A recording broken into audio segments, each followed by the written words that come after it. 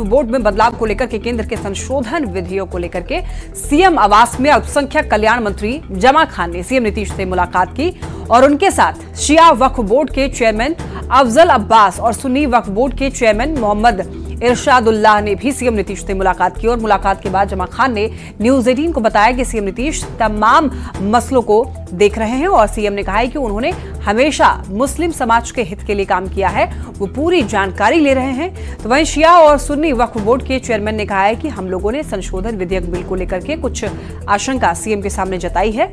CM ने उचित कदम उठाने की बात कही है और तीनों नेताओं से बात की संवाददाता आनंद अमृतराज ने।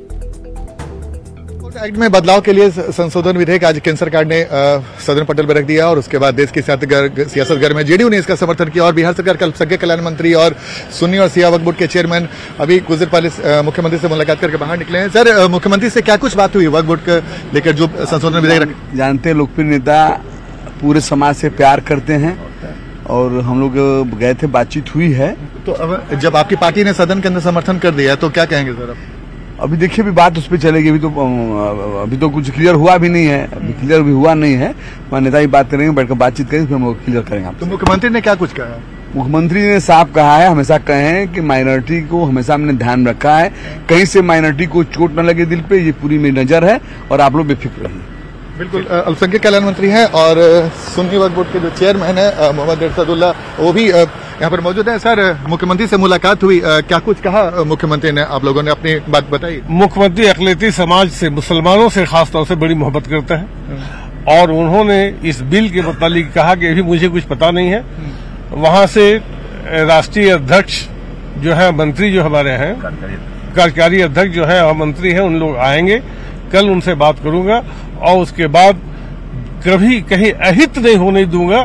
मैं मुसलमानों के भावनाओं पे वहां क्या बिल पेश हुआ है, उसके बाद हम लोग क्या सोचेंगे, ये कल हम बतलाएंगे क्या करना है मुझे। उन्होंने एक्सेप्ट कर लिया है, कहा कि कल के बाद मैं संजय झा जी और ललन राव से मशवरा कर करके मैं भारत सरकार से बात करूंगी। अब अफजल सर, आप शिया वक्फ बोर्ड के आप चेयरमैन हैं, आपने अभी अपनी बात बताई। देखिए, जो शिया वक्फ बोर्ड या सुन्नी, दोनों का लॉ एक ही है और सबसे बड़ा मसला ये है कि देखिए यहाँ कंफ्यूजन जो है, कंफ्यूजन नहीं, जहाँ अप्रीहेंशन जो है कि ट्रिब्यूनल के पावर को कम करना, ये वक्फ बोर्ड के हित में नहीं है। वो आप डीएम को पावर देने जा रहे हैं। हमारा एतराज इस पे है कि हर ट्रिब्यूनल तो बहुत सारे भी है ना, तो सिर्फ एक वक्फ बोर्ड के ट्रिब्यूनल को क्यों पावर कम करके आप डीएम को नहीं जा रहे हैं? तो सबका कीजिए। तो मेरा यह है कि उन्होंने, माननीय मुख्यमंत्री ने कहा कि दोनों जो भी क्या है, किस पे एतराज है, उसकी कॉपी बना के इरशादुल्लाह साहब को कहा, माननीय मंत्री जी को कहा कि दीजिए, हम दोनों का अध्ययन करने के बाद से हम इस पे चर्चा करेंगे और राष्ट्रीय कार्यकारी अध्यक्ष जो है संजय झा जी से उनको बात करेंगे। इसकी बात को हम लोग कहा कि वही कमेटी में जाए तो बेहतर है, उसके बाद से जो फैसला लिया जाए। ठीक है, तो शिया वक्फ बोर्ड के चेयरमैन, सुन्नी वक्फ बोर्ड के चेयरमैन और अल्पसंख्यक कल्याण मंत्री जमा खान, तीनों अब से कुछ देर पहले मुख्यमंत्री से मुलाकात करके बाहर निकले हैं और उन्होंने अपनी बात बताई। चूंकि जेडीयू ने इस बिल का समर्थन किया है सदन के अंदर, आज केंद्रीय मंत्री ललन सिंह ने इसका समर्थन किया है। उसके बाद जो मुस्लिम नेता हैं जेडीयू के, अल्पसंख्यक कल्याण मंत्री, वो यहाँ पर पहुंचे और उन्होंने अपनी बात मुख्यमंत्री को बताई और साथ में शिया और सुन्नी वक्फ बोर्ड के जो चेयरमैन है उन्होंने भी अपनी बात कही और मुख्यमंत्री ने इस पूरे मामले पर कहा कि वो पूरे मामले को देख रहे हैं, जो भी उचित होगा वो फैसला होगा। कैमरामैन सुबोध के साथ आनंद अमृतराज, न्यूज 18 नेटवर्क, पटना। वक्फ बोर्ड अमेंडमेंट बिल को लेकर के सत्तापक्ष और विपक्ष के अपनी अपनी दोनों की अलग अलग समझ है और इसको लेकर के पूरे देश भर में सियासत हो रही है। बात करेंगे बिहार की, तो बिहार में भी जमकर इसे लेकर सियासत हो रही है। चलिए बढ़ते हैं खबरों में आगे। बिहार बीजेपी अध्यक्ष दिलीप जायसवाल ने वक्फ संशोधन बिल का स्वागत किया है। दिलीप जायसवाल ने कहा है कि वक्फ बोर्ड में पारदर्शिता लाने के लिए केंद्र सरकार ये बिल लेकर आई है। उन्होंने कहा कि इंडिया अलायंस के लोग भ्रमित कर रहे हैं। वक्फ बोर्ड का जो बिल आया है, ये वक्फ बोर्ड के अंदर पारदर्शिता लाने के लिए ये बिल लाया गया है और आम अकलियत भाई जो हमारे गरीब हैं, पिछड़े हैं, मध्यम वर्गीय हैं, सबको उसमें हक मिले, सबका मलकियत उसमें बने। अभी तक वक्फ बोर्ड कुछ लोगों के पॉकेट में था। विपक्ष का काम ही है तुष्टीकरण का राजनीति करना। वो जानबूझकर कोशिश करती है कि मुसलमान भाई को किसी तरह भड़कावें। केंद्रीय मंत्री चिराग पासवान ने वक्फ संशोधन बिल का समर्थन किया। चिराग पासवान ने कहा कि विपक्ष इस पर भ्रम फैलाने की कोशिश कर रहा है। ये बिल वक्फ बोर्ड में पारदर्शिता लाने के लिए लाया गया है और ये बिल अभी पेश हुआ है, पास नहीं हुआ है। पेश किया गया है, पास नहीं किया गया। इसको सिर्फ इंट्रोड्यूस किया गया था इस बिल को। देखिए, ये पुनः वही साजिश शुरू हुई है जहां पर दूसरों को भ्रमित करना, दूसरों को डराने का प्रयास पुनः विपक्ष ने शुरू किया। वक्फ बोर्ड में ये जो अमेंडेशन, ये जो उसको अमेंड करने का जो ये बिल आया है, उसको लेकर पुनः इस बात का भ्रम फैलाने का प्रयास किया गया कि ये मुसलमान विरोधी है, मुसलमानों के हक छीनने के लिए इस कानून को लाया जा रहा है। जबकि अगर आप इसको पढ़ेंगे तो ये वक्फ बोर्ड में पारदर्शिता लाने की सोच के साथ इस कानून को लाया जा रहा है। इसमें कई ऐसी बातें हैं जिसका सुझाव जब विपक्ष सत्ता में था उन्हीं के द्वारा दिया गया था। वक्फ बोर्ड संशोधन बिल पर तेजस्वी यादव ने भी सोशल मीडिया एक्स पर पोस्ट किया। तेजस्वी ने बीजेपी पर हमला बोला और कहा है कि वक्फ कानून में संशोधन एक सोची समझी साजिश के साथ बीजेपी लेकर आ रही है। जेडीयू और एलजेपी इस ध्रुवीकरण के औजार में सहभागी रही। संयुक्त संसदीय समिति में हमारे दल के सदस्य बिंदुवार हर पहलू पर अपना पक्ष मजबूती से रखेंगे और ये ट्वीट आप देख सकते हैं, तेजस्वी यादव ने सोशल मीडिया एक्स पर उन्होंने पोस्ट करके लिखा है।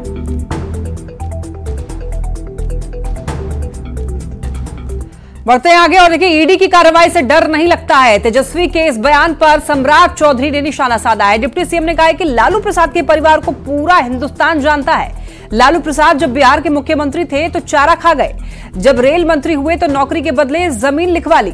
लालू प्रसाद के परिवार को जवाब देना होगा। देखिए, लालू प्रसाद जी का परिवार पूरा हिंदुस्तान जानता है कि लालू जी जब बिहार के मुख्यमंत्री हुए तो चारा खा गए और जब देश में रेल मंत्री हुए तो वो नौकरी के बदले जमीन लिखवा रहे। तो लालू जी और लालू जी के परिवार को तो जवाब देना ही होगा। आरक्षण के सवालों पर केंद्रीय मंत्री चिराग पासवान ने कहा है कि सारे अनुसूचित जाति के सांसदों के साथ बैठक करेंगे। तो वहीं सुप्रीम कोर्ट के फैसले को जीतन राम मांझी के समर्थन पर चिराग ने कहा है कि मांझी जी के बयान पर वो टिप्पणी नहीं करेगी। चिराग ने एक बार फिर सुप्रीम कोर्ट के फैसले से असहमति जताई। मांझी का जीतन राम मांझी जी आपकी बातों पर रखे हैं, अपनी बात गौर करें कि केवल 4 ही जाति के लोग आगे बढ़ेंगे। देखिए, मांझी जी के बयान पे मैं कोई टिप्पणी नहीं करूंगा, पर क्योंकि इस दौरान मैंने कई अनुसूचित जाति संगठनों से मैंने बातचीत की, पार्लियामेंट में कई सांसदों से मैंने बातचीत की और संभवतः आने वाले दिनों में अनुसूचित जमात समाज से आने वाले सांसदों के साथ एक सर्वदलीय बैठक भी हम लोग करेंगे।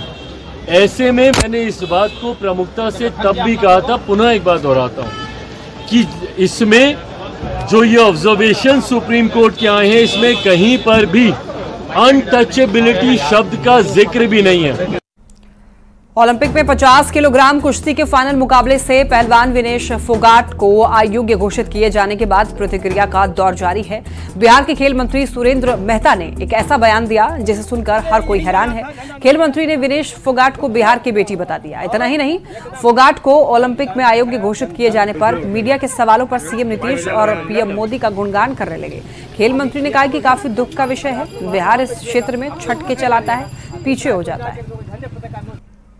ये काफी दुख का विषय है कि ये बिहार इस क्षेत्र में छट के चलाता है, पीछे हो जाता है। लेकिन एक चीज सब लोग भरोसा रखें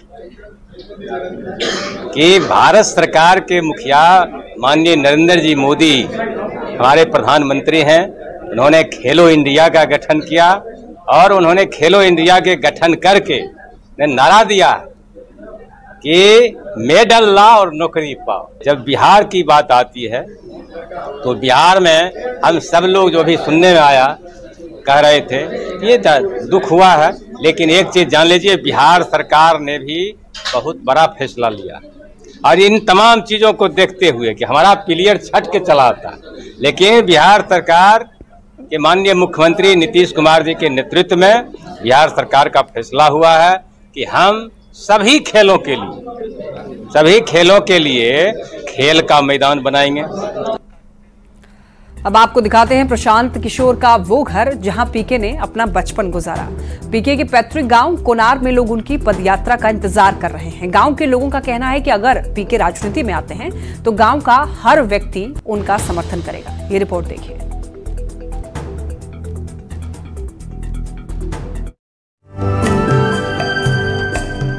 ये है सासाराम का कोनार गांव, जिला मुख्यालय से करीब 8 किलोमीटर दूर। सासाराम चौसा पथ के पास बसे इस गांव में वैसे तो कोई खास बात नहीं है, पर इस गांव से राजनीति की एक खास शख्सियत का नाता है। इस साधारण से 2 मंजिला घर में उस व्यक्ति का बचपन गुजरा है जो अपनी राजनीतिक समझ का लोहा देश में मनवा चुका है। जी हाँ, हम बात कर रहे हैं जन स्वराज के संस्थापक प्रशांत किशोर उर्फ पीके की। हालांकि पीके अब इस घर में नहीं रहते। 23 डिसमिल जमीन पर बना पीके का ये पुश्तैनी मकान अब खाली पड़ा है। ऐसे ही जब से दिल्ली चले गए हैं तब तो कम आते हैं, लेकिन पहले हमेशा पर्व त्योहार में लोग आते थे और पिताजी का कार्यक्रम हुआ तो आए थे। पीके के पिता स्वर्गीय डॉक्टर श्रीकांत पांडे इलाके के प्रसिद्ध डॉक्टर थे।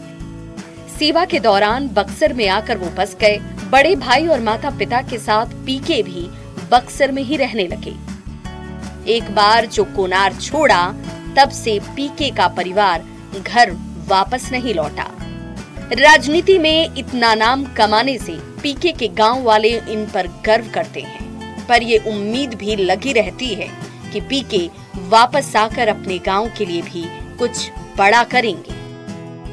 का कहबिले न कहब कि जैसे भगवान का आशीर्वाद दिलन बनल वैसे अपन गांव घर देखस, ये न कहब। उनके जरिए अगर हमनी के बड़ाई हो गई तो ओकरा घरों तो अपन गाँवों तो देखे के चाहिए। और हम का कहब, हमनी के आशीर्वाद से बढ़ल।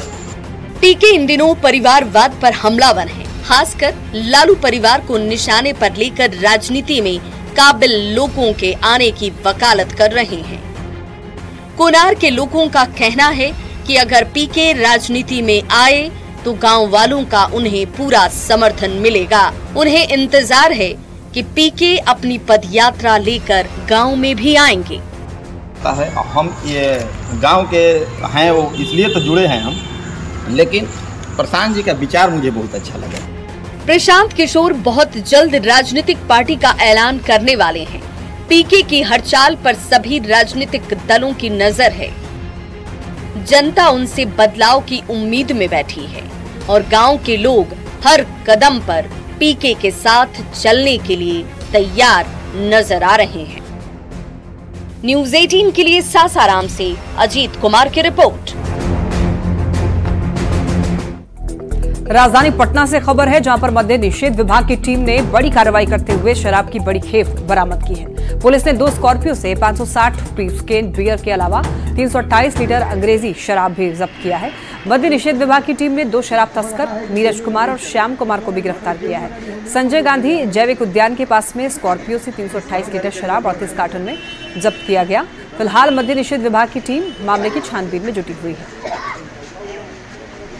गाड़ी पकड़ी गई है।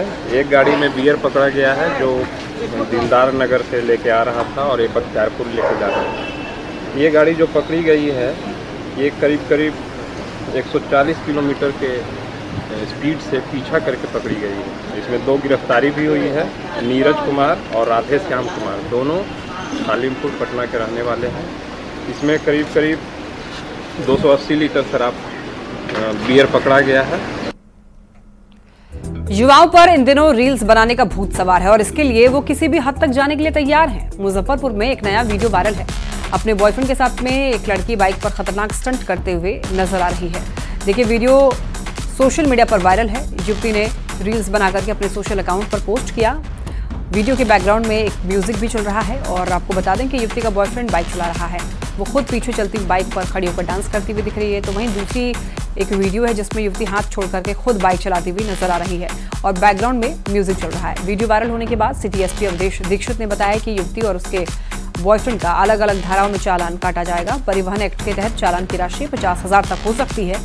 और आपको बता दें कि इस युवती का सिटी पार्क में पिस्टल के साथ भोजपुरी गाने पर पिस्टल के साथ रील वायरल हुआ था। तब युवती और उसके बॉयफ्रेंड को पुलिस ने हिरासत में लिया था।